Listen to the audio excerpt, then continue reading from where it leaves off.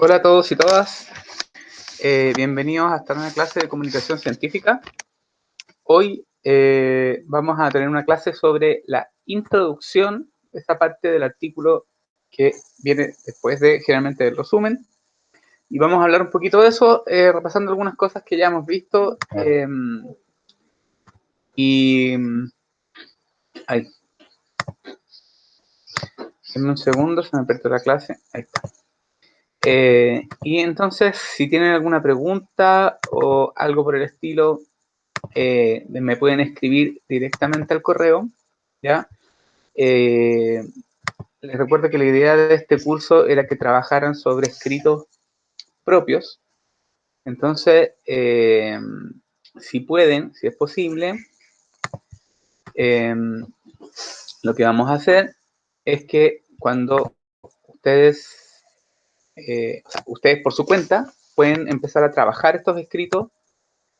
En términos de las evaluaciones, obviamente la idea era que me mandaran los textos iniciales ahora en estos momentos y después hubiera un trabajo sobre eso y me mandaran después los productos como finales, ¿ya? Pero ni modo.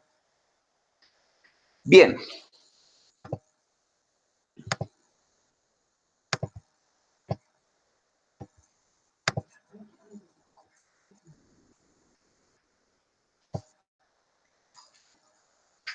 Vamos a comenzar entonces con la presentación.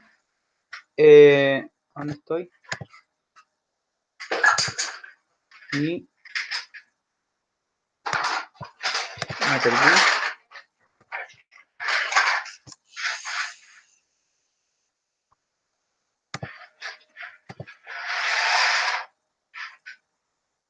Bien, entonces, respecto de la clase de hoy, vamos a hablar sobre introducción y Eurípides ya decía... Arturo.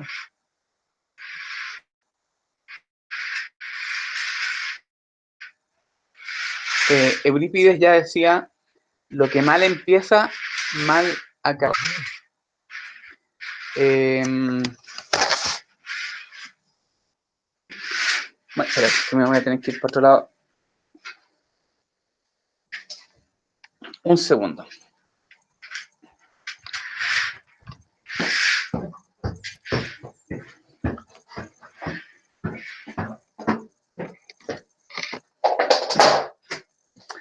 Perdón.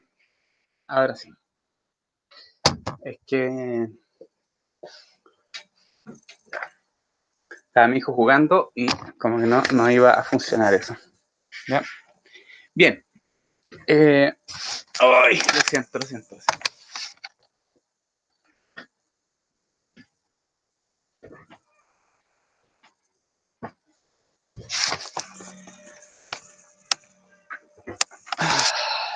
Ya. Ahora sí. Entonces, introducción, lo que mal empieza, mal acaba. ¿Ya? Por eso es muy importante la introducción.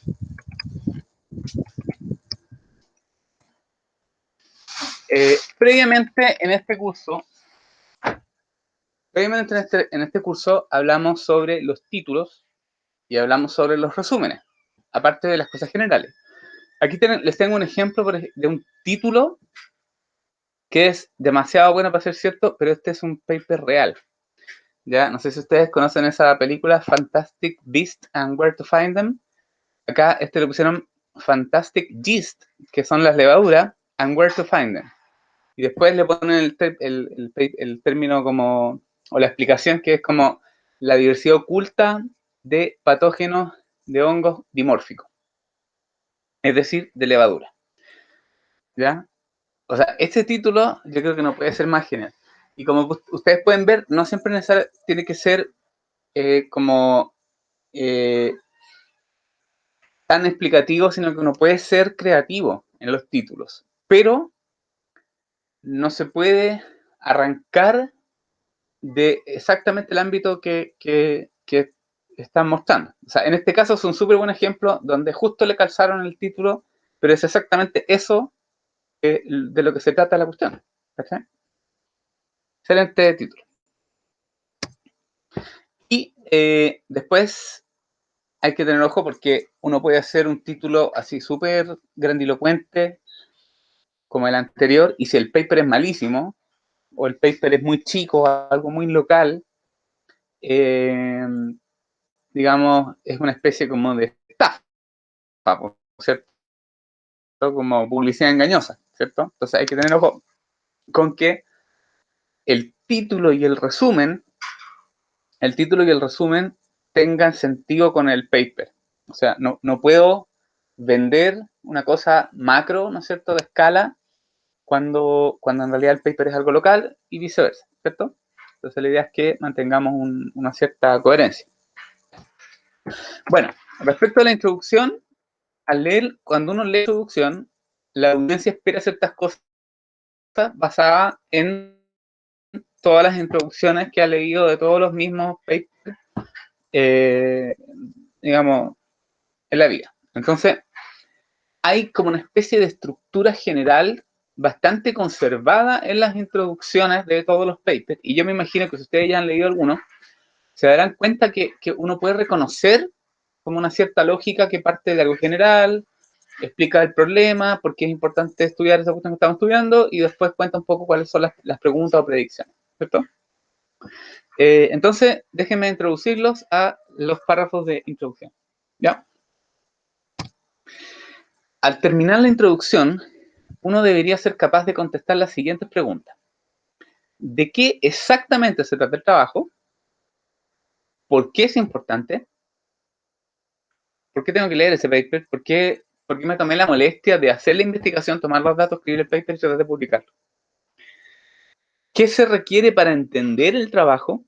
Es decir, el contexto. O sea, por ejemplo, si yo defino o si yo uso un método que no es muy común, explicar por qué ese método o esas variables que yo elegí para medir en un estudio, o por ejemplo, si es una filogenia molecular, por qué el gen el o los genes que yo elegí para esa secuencia particular, o sea, esa secuencia para ese organismo particular o ese grupo de organismos, ¿ya?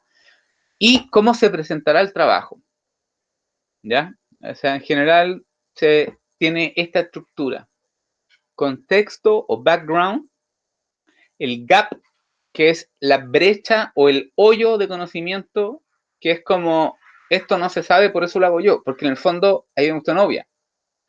Si yo quiero estudiar los tricomas en Aristotelia y pongo en el Web of Science tricoma Aristotelia y ya está hecho, está publicado, no hay gap. O sea, no hay una razón de por qué yo tendría que hacerlo de nuevo, si ya está publicado. Entonces, lo que tengo que generar en el artículo es explicitar que lo que yo estoy haciendo no está hecho previamente. O por qué es importante hacerlo. ¿Y por qué es importante hacerlo? A eso se refiere con el gap, el hoyo o la brecha de conocimiento que yo quiero rellenar. ¿Sí? Las preguntas, hipótesis y el mapeo del documento. Ahora, no siempre todos tienen esas cosas, ¿ya? Entonces, de nuevo, parte la introducción generalmente con un contexto o background, que, por ejemplo, si yo estoy hablando de tolerancia térmica en reptiles, tengo que partir con eso, hablando de tolerancia térmica en reptiles, y después me voy al género de reptiles Liolemos específico, por ejemplo, ¿ya? El gap tienes que decir explícitamente, sin embargo, a pesar de los estudios en el hemisferio norte, por decir algo, en el hemisferio sur se conoce poco sobre Liolemos y nada sobre Liolemos negro viridens, por decir, ¿ya? Entonces, de ahí viene la pregunta o hipótesis. Hay algunos estudios que explicitan la pregunta y la hipótesis, hay otros estudios que solo ponen la pregunta o solo la hipótesis, o en incluso algunos otros donde se subentiende. Cuando yo tengo una pregunta, la hipótesis se subentiende, y cuando tengo una hipótesis se subentiende la pregunta. ¿Ya? No es necesario a veces ponerlo explícito. Hay algunas revistas que lo piden explícitamente. Por ejemplo, el paper o el objetivo, ¿no es cierto? La pregunta es, ¿cuál es el efecto del cobre sobre el crecimiento del poroto? ¿Ya? Entonces, obviamente hay una hipótesis detrás que es el cobre tiene un efecto positivo o negativo sobre el poroto. porque si no, no hago la cuestión, ¿cierto? Si yo espero cero efecto, no. Y si yo en la introducción he narrado, he descrito que en general el cobre en altas concentraciones puede ser tóxico para las plantas porque los electrones, porque no sé, óxido de reducción, bla. Entonces la hipótesis se subentiende que el efecto es negativo, por ejemplo. ¿Ya? Ahora, ¿es como de buena familia o más elegante? O bueno, es como de gusto personal, pero en general es de buena familia, o por decirlo, o sea, como bonito o más claro, explicitar la hipótesis, ¿ya? Cuando se puede. Ahora, hay estudios que no son experimentales y que son descriptivos, y ahí en ese caso no hay hipótesis. O sea, por ejemplo, si yo quiero determinar la diversidad de aves de la Parque Nacional La Campana, ¿cuál es la hipótesis? A priori, ¿por qué yo debería esperar algo? O sea, si simplemente quiero saber qué hay. Entonces, en ese caso no hay una hipótesis, ¿sí? Si hago un experimento, ahí sí hay una hipótesis. O si hay un modelo, etcétera, ¿ya? Y una cosa súper importante que también a los alumnos les cuesta mucho es organizar el texto de la introducción y en general todo el texto en una idea por párrafo. Es una idea por párrafo. Entonces, si yo tengo una introducción, voy a tener un párrafo con el contexto general, súper general. En nuestro ejemplo ficticio era tolerancia térmica en reptiles. Un párrafo de aterrizar eso general a algo específico, tolerancia térmica en Liolemus, ¿cierto? Y otro párrafo podría ser lo que se sabe sobre Liolemus negroviridens, dónde está o qué sé yo, y por qué, qué sé yo. ¿Se fijan? Y uno para las preguntas, hipótesis, objetivos del estudio. Entonces uno puede como hacerlo. Un párrafo, una idea. Y esta idea debe desarrollarse. Es muy común que los estudiantes lo que hagan es escribir párrafos telegráficos de una línea o dos líneas, punto aparte, otro párrafo, e inconexo. Entonces uno tiene que agrupar cosas que van en la misma línea o la misma idea en un solo párrafo estructurado, ¿sí? Y desarrollado. ¿Ya? Dependiendo del contexto, el tipo del trabajo, la audiencia, no es necesario abordar estas 5. Contexto, gap, pregunta, hipótesis, mapeo. ¿Ya? A veces puede bastar con 2 o 3. O sea, puede ser simplemente el contexto y el gap, o el contexto y la hipótesis, o el mapeo del documento, y esto va a depender de cuál es la audiencia, cuál es el tipo de trabajo. Por ejemplo, en un congreso de ficología, ¿ya? No tengo que hacer una introducción sobre qué son las algas porque todos los que están sentados ahí saben lo que son las algas, ¿ya? O si sea un congreso de la Sociedad Botánica, yo no tengo que explicar qué es el APG, ni tengo que explicar qué son las angiospermas, ¿se entiende? Entonces voy inmediatamente al punto específico porque la audiencia ya cacha el contexto. Si yo publico en una revista de ecología general, en una revista de ecología como Ecology Letters, por ejemplo, y mi paper es sobre ecología de briófitos, tengo obligatoriamente que poner un párrafo general sobre briófitos porque en esa revista hay gente que trabaja con elefantes y no tiene por qué tener idea de briófitos. Entonces voy a tener que poner un párrafo general. ¿Se fijan? Entonces eso ahí es variable, ¿ya? Y el orden tampoco es algo fijo porque se pueden ir abordando en distinto orden mientras sea lógico. Porque yo no puedo poner la hipótesis antes de entender el porqué de la hipótesis. O sea, la hipótesis debería derivar de manera lógica de lo que yo puse en el resto de la introducción. O sea, tengo que llevar de alguna manera de la mano al lector hacia la hipótesis. ¿Ya? No puede salir de la manga, que también es otra cosa súper común en gente que está empezando. Entonces, si yo tengo una hipótesis sobre el efecto de X sobre Y, tengo que de alguna manera en la introducción anticipar por qué yo creo que ese efecto es positivo, negativo, o por qué esperar un efecto, ¿ya? Y eso puede ser porque lo puedo esperar porque en otros organismos ha sucedido, o porque Y hace esto y luego esto yo lo puedo lógicamente relacionar con este otro efecto, etcétera. O sea, tengo que de alguna manera anticipar esta hipótesis. Entonces, por eso no puedo poner la hipótesis primero, por ejemplo. ¿Ya? Dependiendo, entonces, el orden, da lo mismo, depende. ¿Ya? La introducción, eso es súper importante, se escribe en tiempo presente. ¿Ya? Ustedes se darán cuenta que distintas partes del documento se escriben en distintos tiempos verbales. Entonces, por ejemplo, los resultados se escriben en pasado y la introducción se escribe en tiempo presente. ¿Ya? O sea, los musgos son tolerantes a la nada. Esto es así. Juan Pérez dijo que esto es acá. El efecto de esto es así, o sea, se escribe en tiempo presente. ¿Ya? Y se debe elegir cuidadosamente las referencias porque hay una cantidad de literatura disponible hoy en día que es inconmensurable.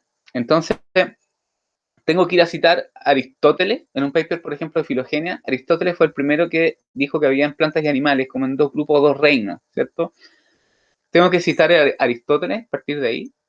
No, ¿cierto? Entonces, generalmente yo puedo poner un par de citas clásicas que si son relevantes puede ser, y el resto citas que son más recientes, más modernas. Entonces tengo que elegir cuidadosamente qué referencias voy a usar, porque puede caerse en rellenar de referencias y por otro lado también poner información específica suelta sin una referencia de respaldo. Y toda información específica que no sea generada por mí debe estar respaldada con una cita. ¿Ya? Así que si a uno le gusta, debería poner una cita, ¿no es cierto? Como dice, ¿quién es esta villa? Entonces, Rihanna, Michael Jackson, no sé, bueno, la que está ahí, ¿ya? Ok, en la introducción se tiene la posibilidad de definir de forma precisa los límites del estudio, el ámbito del estudio. A esto se le llama el scope en inglés, ¿ya? Esto es clave porque el scope debería estar definido en el título, pero como son pocas palabras, el scope queda, no sé, imaginemos como gráficamente, ¿ya? El universo. Cuando yo leo el título, debería cortarlo a este ámbito. Cuando yo leo el resumen, debería acotarlo a este ámbito, y cuando leo la introducción, debería acotarlo a exactamente qué es lo que se trata este paper particular. ¿Ya? Eso es el scope. Lo que no logré con el título y el resumen, de todas maneras, tiene que estar absolutamente claro en la introducción. ¿Ya? A eso se le llama scope. ¿Por qué es tan relevante? Porque, por ejemplo, las revistas, todas las revistas científicas tienen un scope, es decir, un ámbito que dice esto es lo que entra dentro de nuestra revista y todo lo que queda fuera de ese scope, chao.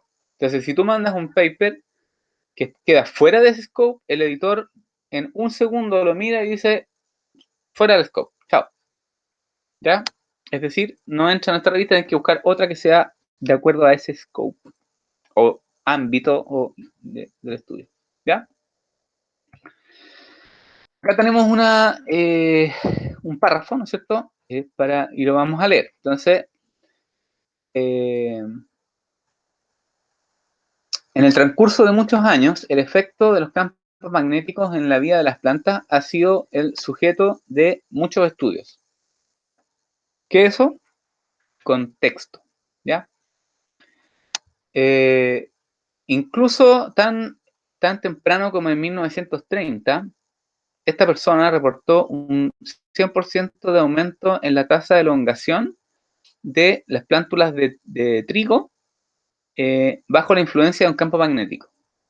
Más tarde, esta otra persona reportó cambios en la germinación de la semilla y estos otros gallos reportaron un efecto magnetotrópico, es decir, de crecimiento, ¿cierto?, en el desarrollo de las raíces. Este otro gallo encontró que raíces que están creciendo activamente pueden ser inducidas a curvarse fuera de la región, fuera, o sea, hacia afuera de regiones de campos magnéticos intensos, ¿ya? O, perdón, campos magnéticos, eh, eso, desde alto a bajos campos magnéticos, ¿sí? Como en un gradiente, ¿sí?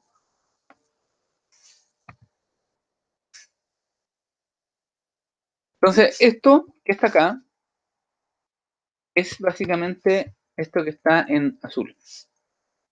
¿Sí?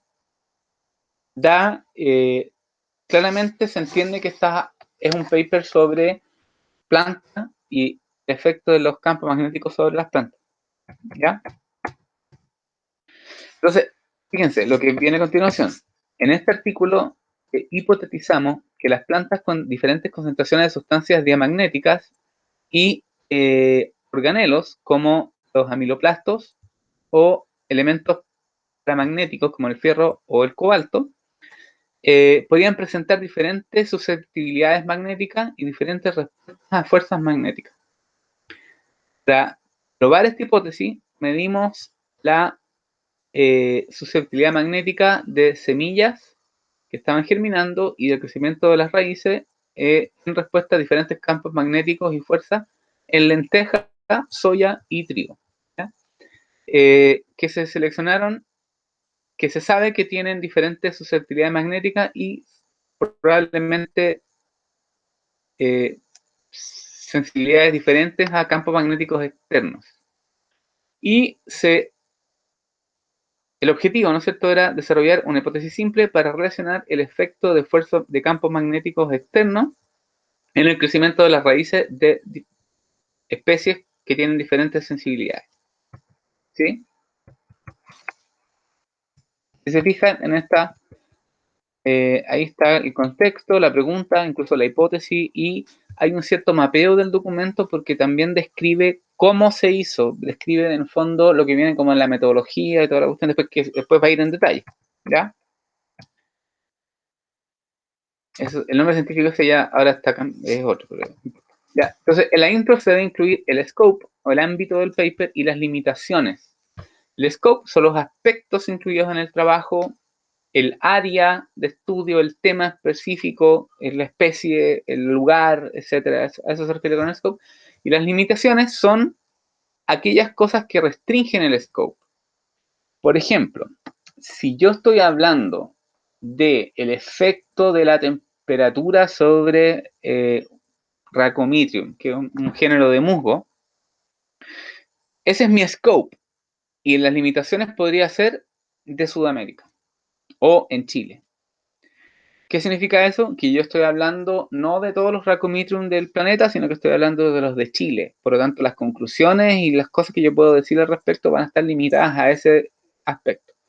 Otra limitación puede ser en un rango de temperatura o el número de especies, o puede ser las condiciones de muestreo, el tamaño muestreal.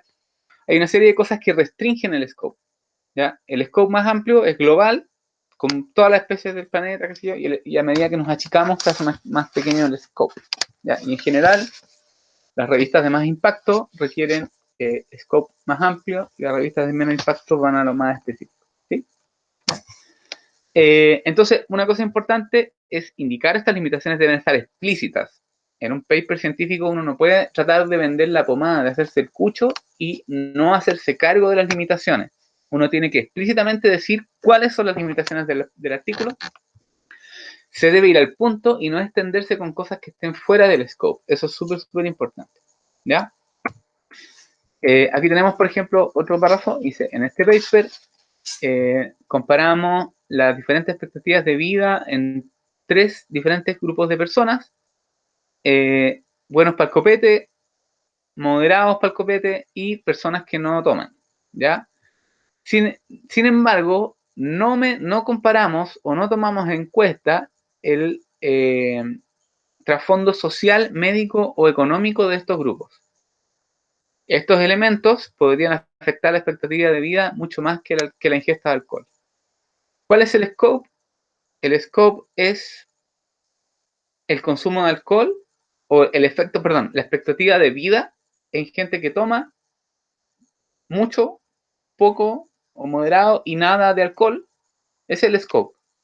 Y las limitaciones son que, sin embargo, en este estudio no se consideraron otros aspectos, por ejemplo, si el loco es gordo o pobre o otras cosas que también afectan la expectativa de vida mucho más que el alcohol. ¿Sí?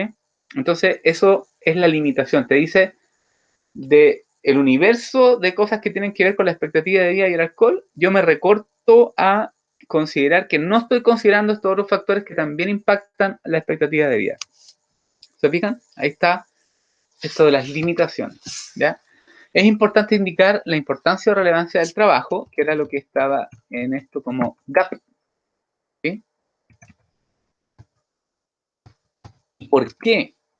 Porque uno, para los editores de revista, en el fondo ayuda a la revista a que la gente la lea más, y todas las revistas científicas sobreviven con estos índices de impacto y lectura. Entonces, mientras más super wow suene el paper o tenga una importancia o una relevancia más general, más probable que se lo citen, entonces más probable que te lo publiquen.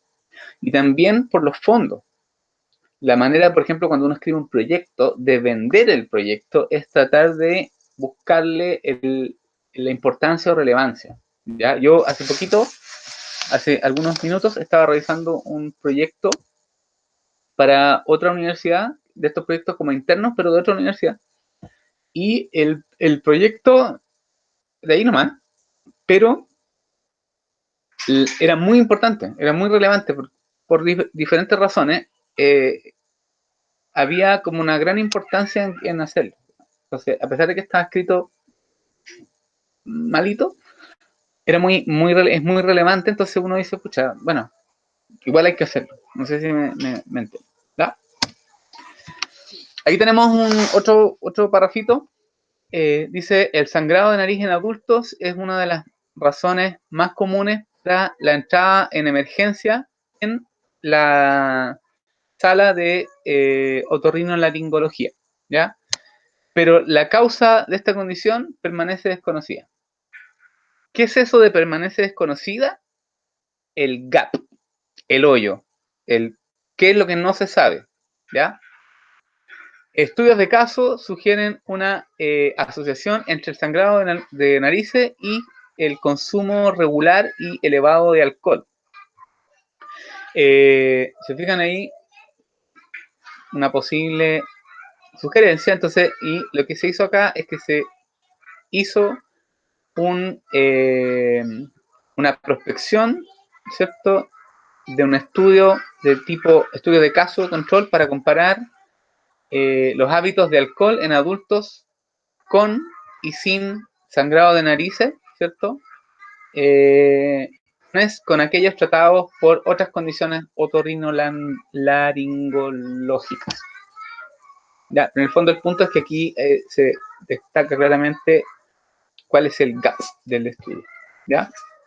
En general, una introducción debe ser más o menos 1 a 2 páginas de extensión impresas en un paper, es decir, 2 a 3 páginas de texto en Word a doble espacio, no más que eso. Otro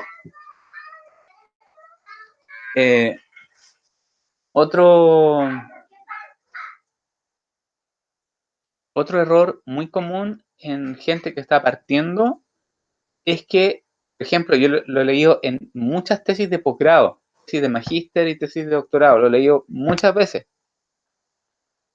Como están metidos en un tema, quieren como demostrar que han leído los papers y ponen introducciones eternas con 200 referencias. Y eso no es mejor. Recuerden que menos es más. Si yo logro escribirla en vez de 10 páginas en 2 gap, ¿no es cierto?, pregunta, hipótesis, entonces es mejor que la de 80 páginas con 2000 referencias, ¿ya?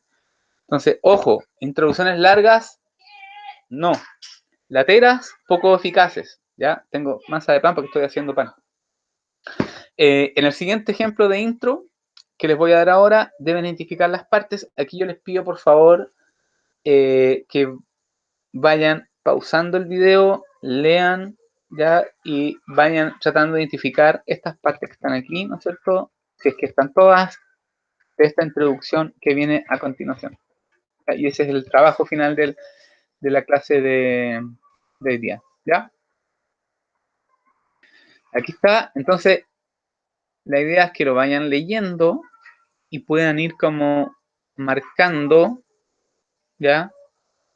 Marcando de alguna manera cuáles son los aspectos del background, cuáles son los aspectos de qué es lo que no se sabe, el gap, ¿no es cierto? El hoyo, por qué es importante eso, que vayan marcando los aspectos de pregunta, hipótesis, objetivo, y si hay algún tipo de mapeo del documento, ¿ya? Ahí está la primera parte, la segunda parte, le ponen pausa, la siguen leyendo, hay 1, pausa, lo leen, 2 y 3. Esto, perdón, 3 y 4. Esta introducción son justo 2 páginas completas en la versión final del paper, ¿ya? Y es una introducción que yo diría que es un poco larga, está como en el límite de lo aceptable, pero el paper es un poco largo también, tiene muchas figuras y muchas cuestiones, entonces por eso lo voy a decir, ¿ya? Se fijan acá, ¿ya? Bien, entonces recuerden, la introducción es fundamental porque de alguna manera, esto me pasa mucho a mí como corrector, cuando yo trabajo como editor asociado en una revista, cuando la introducción es mala, es muy larga, fome, o está mal escrita, se predispone negativamente para el resto del trabajo, ¿ya? Y eso, reacciones que son propias de los humanos, que no sean objetivas.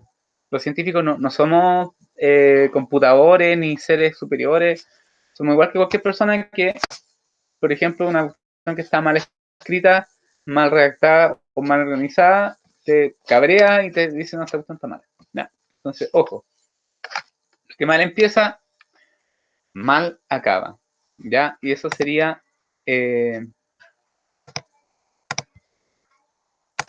por la clase de hoy. Ojalá podamos volver a tener clases porque este lectivo está basado fundamentalmente en que trabajen con sus propias cuestiones, que ustedes puedan compartir la pantalla, cosas de ustedes, o que pudieran mandar antes de la clase algunas cosas para mostrar de forma anónima ejemplos buenos y malos, ¿ya? Pero todo eso requiere que estén, ¿ya? Así que ojalá se resuelva luego esta cuestión.